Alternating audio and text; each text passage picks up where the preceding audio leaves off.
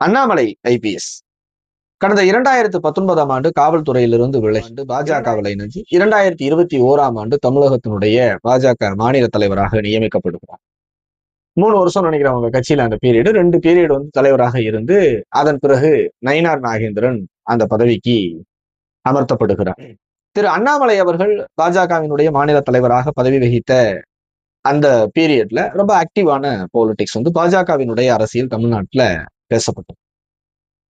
24x7 எப்பவுமே ஆக்டிவா இருந்தாரு. தினமும் பத்திரிகையாளர்களை சந்திச்சாரு. எண்மண் எண் மக்கள் அப்படிங்கிற ஒரு பெரிய யாத்திரை தமிழ்நாடு முழுவதும் கண்டக்ட் பண்ணி பெரிய அளவுக்கு இளைஞர்களை ஈர்த்தாரு. உண்மையிலேயே வந்து பாஜகன்னு சொல்ல ஒரு மாதிரி அசிங்கப்பட்டு எல்லாம் வந்து பல இடங்கள், ஏன்னா சில திட்டங்களை ஆதரிக்க இங்க ஆள் இருக்க மாட்டாங்க. இங்க வந்து திமுக வளைச்சு அடிக்கும். அதை கவுண்டர் பண்றதுக்கு கூட இங்க வந்து ஃபேக்சுவலா கவுண்டர் பண்றது கூட ஆள் இருக்க மாட்டாங்க. ஆனா அண்ணாமலை வந்த பிறகு அவருடைய திட்டங்கள், அவருடைய சித்தாந்தங்கள், அவருடைய கொள்கைகள், பாஜக தலைவர்கள் மீதான விமர்சனங்கள்னு எல்லாத்தையும் எதிர்த்து ஒரு படிச்சவரு. ஏன்னா இங்க இருக்கவங்க எல்லாம் என்ன மாதிரியான அரசியல்வாதிகள் உங்களுக்கு தெரியும். சோ அந்த பாரம்பரிய அரசியல்வாதிகளே ஒரு படிச்ச அரசியல்வாதி பயங்கரமா பண்ணாரு. அப்போ ஊழல் பட்டியல்லாம் வந்து திரையிட்டு வெளியிட்டு ப்ரெஸ்ஸை என்கேஜ் பண்ணி வச்சிருந்தாரு. சோ ஒரு ஆக்டிவான பொலிட்டீசியன். நிறைய இளைஞர்களை வந்து பாஜகவுக்காக பேச வச்சாரு. இப்ப எப்படி விஜய் வந்த பொழுது நிறைய அந்த விர்ச்சுவல் வாரியர்ஸ் இந்த மாதிரியான செட்டப்ஸ் எல்லாம் கிரியேட் பண்ணாங்க, மீடியாவை என்கேஜ் பண்ணாங்க. சோ இப்படி எல்லாம் இருந்துச்சு இல்லையா? விஜய் அளவுக்கு பண்ண முடியலனாலும், ஆனா அவர் வந்தோடனே அவர் எல்லைக்கு உட்பட்டு, அவருடைய சக்திக்கு உட்பட்டு மீடியாக்கள் அட்டென்ஷன் கிரியேட் பண்றது, மீடியாக்களை வந்து என்கேஜ் பண்றது, பிளஸ் அந்த சோசியல் மீடியா இன்ஃபுளுசர்ஸ், அதாவது இந்த பேட்ரியாட்டிசம் பேசுறாங்கல்ல, அது அவங்களை எல்லாத்தையும் ஆர்கனைஸ் பண்றது, இந்த மாதிரியான ஒரு செட்டப் கிரியேட் பண்ணி பாஜகவை ஒரு தமிழக அரசியலில் எப்போதும் பேசுபொருளாக நிலைநிறுத்தி இருந்தார். அது வந்து யாராலும் மறுக்க முடியாத ஒண்ணு. எல்லாரும் அதை ஆமோதிச்சுதான் ஆகும். அவரை பிடிச்சாலும் பிடிக்கலனாலும், அவர் மீது விமர்சனம் இருந்தாலும் இல்லைனாலும் இதை ஆமோதிச்சுதான் ஆகும். பட் நயினார் நாகேந்திரன் அவர்கள் அவருக்கு பின்பு அந்த பதவியை கொடுத்து அமர்த்து வச்சப்பனால அப்படியே சூனியம் பண்ண மாதிரி ஆயிடுச்சு. மறுபடியும் இந்த புட் பேக் டு நார்மல் அப்படிம்பாங்கல்ல, அந்த மாதிரி அந்த நார்மல் மோடுக்கு பாஜக போயிடுச்சு. அந்த அதிமுகவினுடைய தலைமை எடப்பாடி பழனிசாமி அவர்களுடைய அண்ணாமலையுடனான முரண்பாடு அப்படி இப்படின்னு அண்ணாமலை என்ன ஆசைப்பட்டாருன்னா, பாஜகங்கிறது ஒரு தனித்த ஆற்றலாக தமிழ்நாட்டுல வளரணும், பாஜக தலைமையில கூட்டணி அமைக்கணும். சோ இந்த மாதிரியான ஒரு இதோட அவருடைய நடவடிக்கைகள் இருந்தது. பட் தேசிய தலைமைக்கு இங்க இருக்கக்கூடிய பழைய தலைவர்கள் என்ன மாதிரியான ரிப்போர்ட், அது ஒரு மாதிரியான, அது என்னன்னு அவங்க கட்சிக்குள்ள நம்ம ரொம்ப இன்டீரியரா போட்டு இது பண்றது இல்லை. அதன் பிறகு ஒரு முரண்பாடு, கூட்டணி அமைப்பதில் முரண்பாடு. அந்த கடந்த 2026ஆம் ஆண்டு தேர்தலில் அந்த 27 தொகுதிகளும் தோக்கக்கூடிய தொகுதிகளா, இவங்க கேட்ட தொகுதிகள் இல்லாம இவங்கள்ட்ட அடாப்ட் ஆகி எடப்பாடி பழனிசாமி அவர்களுக்காக சில சமரசங்களை வந்து தேசிய தலைமையை செய்ய வச்சு, இங்க இருக்கிறவங்க செய்ய வச்சு ஒரு மாதிரி பண்ணாங்க. அது ஊடகங்கள் வாயிலாக எல்லாருமே பார்த்துட்டு இருந்தோம். முறையான கூட்டணி அமைக்காமல் இந்த தேர்தல் முடிவுகள் என்ன ஆச்சுங்கிறது எல்லாருக்கும் தெரியும். இந்த மாதிரி சூழ்நிலையில அண்ணாமலை அவர்கள் தனியாக கட்சி துவங்க போகிறார் அப்படிங்கிற செய்திகள் அப்ப இருந்தே அப்ப இடையில அந்த வந்துட்டே இருக்கும். இப்ப வந்து தன்னுடைய பொறுப்பை, தன்னுடைய அடிப்படை உறுப்பினர்ல இருந்து பாஜகவில இருந்து தன்னை விடுவித்து அங்க போய் சொல்லிட்டு வந்து விடுவிச்சிருக்கிறார். இப்போ மீண்டும் அவர் வந்து கட்சி ஆரம்பிக்க போறாரு. இப்ப ஆரம்பிக்க போறாரு, அப்ப ஆரம்பிக்க போறாரு. அவர் ஆரம்பிக்கல, அது அவருடைய விருப்பம். அது என்ன திட்டம் என்பதெல்லாம் நாம வந்து ஆர்வம் சொல்ல முடியாது.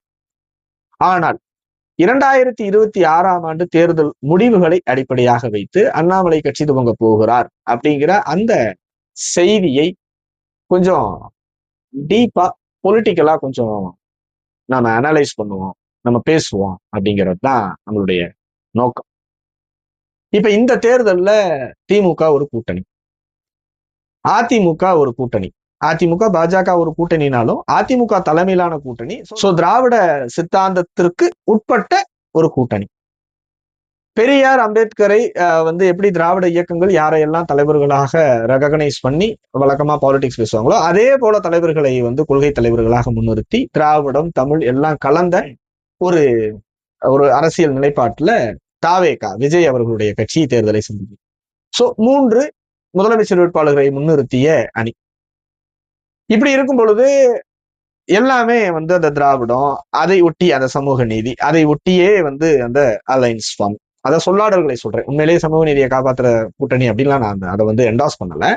அந்த சொல்லாடல்களை சொல்றேன். அட் தி சேம் டைம் அதுக்கு ஆப்போசிட், அதாவது ஆப்போசிட் பார்ட்டி சொல்லல, ஆப்போசிட் ஐடியாலஜிய சொல்றேன். ஏன்னா விஜய் அவர்கள் வந்து கொள்கை எதிரியாக பாஜகவை முன்னிறுத்துகிறார். பாஜகனா பாஜக பேசக்கூடிய சித்தாந்தம், அந்த இந்து இந்தியா அப்படிங்கிற இந்த சித்தாந்தம் இருக்கு இல்லையா? சோ அதைத்தான் தன்னோட கொள்கை எதிரியாக கட்டமைத்து தேர்தலை சந்திக்கிறேன். சோ இந்த பக்கம் திராவிடம், அதை ஒட்டிய ஒரு ஐடியாலஜில எல்லாரும் கிட்டத்தட்ட எதிர் சித்தாந்தம் இல்லாமல் ஒரே சித்தாந்தத்தை ஒட்டிய தலைமையிலான கூட்டணிகள். அதை கவுண்டர் பண்றதுக்கு ஒரு ஆப்போசிட்டான பார்ட்டிஸ் இருந்தது. எல்லாம் எதிர் கட்சிகளாக போட்டியிட்டாங்களே தவிர இந்த சித்தாந்தத்தை எதிர்த்து பேசுறதுக்கான ஒரு சித்தாந்த தலைமை இங்க இருந்ததானா இல்லை. அப்போ அது ஒரு பெரிய வெற்றிடமாக தமிழக அரசியலில் கடந்த தேர்தலில் நல்லாவே தெரிஞ்சது. அதை வந்து முன்னிறுத்துறதுக்கு கூட, அதை பேசுறதுக்கு கூட இப்ப இவங்க வந்து ஒரு தேசிய அளவிலான ஒரு திட்டங்களை, பாஜக சார்ந்த ஒரு திட்டங்களை எதிர்த்து பேசினா எல்லாரும் எதிர்த்து பேசுவாங்க. பாஜக உள்ளே இருந்தாலும் இவங்களை கவுண்டர் பண்ண முடியாத அளவுக்கு அடாப்ட் ஆகி ஒரு செட்டப். சோ இதுவெல்லாம் வந்து அண்ணாமலை அவர்களுக்கு ஒரு நெருடலாக நிச்சயமாக இருந்திருக்கும். ஏன்னா அவர் இருந்த பீரியட்ல ஒரு பெரிய அளவுக்கான ஒரு மாஸ் காமிச்சார். அப்போ வந்து மீண்டும் தன்னுடைய உழைப்பு, தன்னுடைய எல்லாம் வந்து இதாவது இங்க வந்து நம்மளுடைய பேச்சு அம்பலம் ஏறல, நம்மளுடைய முடிவுகள் இங்க வந்து ஒரு டிக்டேட் பண்ணக்கூடிய இடத்துல இல்ல, இங்க இருக்கக்கூடிய தலைவர்களுடைய ஒத்துழைப்பு அது இதெல்லாம் இல்லைன்னு ஒரு இதுல இருக்கிறாரு. இப்படி ஐடியாலஜிக்கல் கேப்பும் வரும் பொழுது உள்ளபடியே வந்து 3 வருஷம் 3 பாட்டு தரையில கால்படாத அளவுக்கு பிரச்சாரம் பண்ணி முதலமைச்சர் ஆயிட்டாரு விஜய். அப்போ இன்னைக்கு வந்து பொலிட்டிக்கல் செட்டப் எப்படி இருக்கு? அந்த சொன்ன அந்த டிராவிடியன் பேஸ்ட் ஐடியாலஜிக்கல் லீடர்ஷிப் செட்டப்ல இருக்கு. சோ இதை கவுண்டர் பண்றதுக்கு இங்க ஒரு பெரிய வெற்றிடம் இருக்கு. அரசியல் வெற்றிடம் இல்ல, ஐடியாலஜிக்கல் வெற்றிடம் இங்க ஒண்ணு.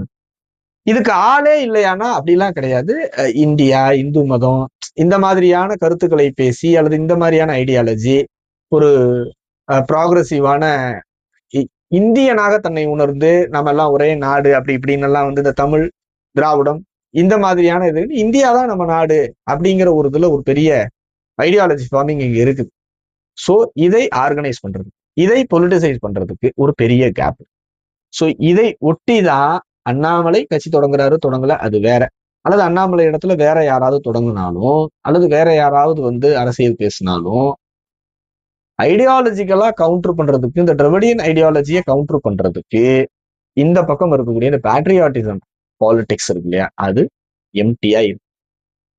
அதை பாஜக முன்னெடுத்து பண்றதுக்கான தலைவரோ அல்லது அதற்கான இதோ சூழலோ பாஜக கிட்ட இல்ல. சோ இந்த இடத்துல இதை ஃபில் பண்ணக்கூடிய ஒரு நியூஸாக, ஒரு செய்தியாக இந்த அண்ணாமலை அவர்களுடைய அரசியல் வருகையை நம்மால் புரிந்து கொள்ள முடியுது. உள்ளபடியே ஒரு யங் ஜெனரேஷன் எல்லாரும் அரசியல் பேசுறாங்க. எல்லாருக்கும் ஒரு அரசியல் புரிதல் வரணும், எல்லாருமே அரசியல் பேசணும். அது ஆக்கப்பூர்வமான ஆதரவு, எதிர்ப்பு அப்படிங்கிற கருத்தியல் விவாதங்களுக்கு உட்பட்டு ஒரு நல்லதொரு ஜனநாயக பூர்வமான அரசியல் இங்க வந்து மலரணும். சோ இந்த பாரம்பரிய அரசியல், அந்த பாரம்பரிய மிக்கவர்கள் இருக்கக்கூடிய அந்த ஆஜான பாகுவான அந்த கொண்டவர்கள் செய்து கொண்டிருந்த அரசியல் தமிழ்நாட்டுல வேறு ஒரு இடத்தை நோக்கி நகருது. அடுத்த தலைமுறைக்கான அரசியல், அடுத்த தலைமுறையினர் செய்யக்கூடிய அரசியலாக உருவெடுக்குது.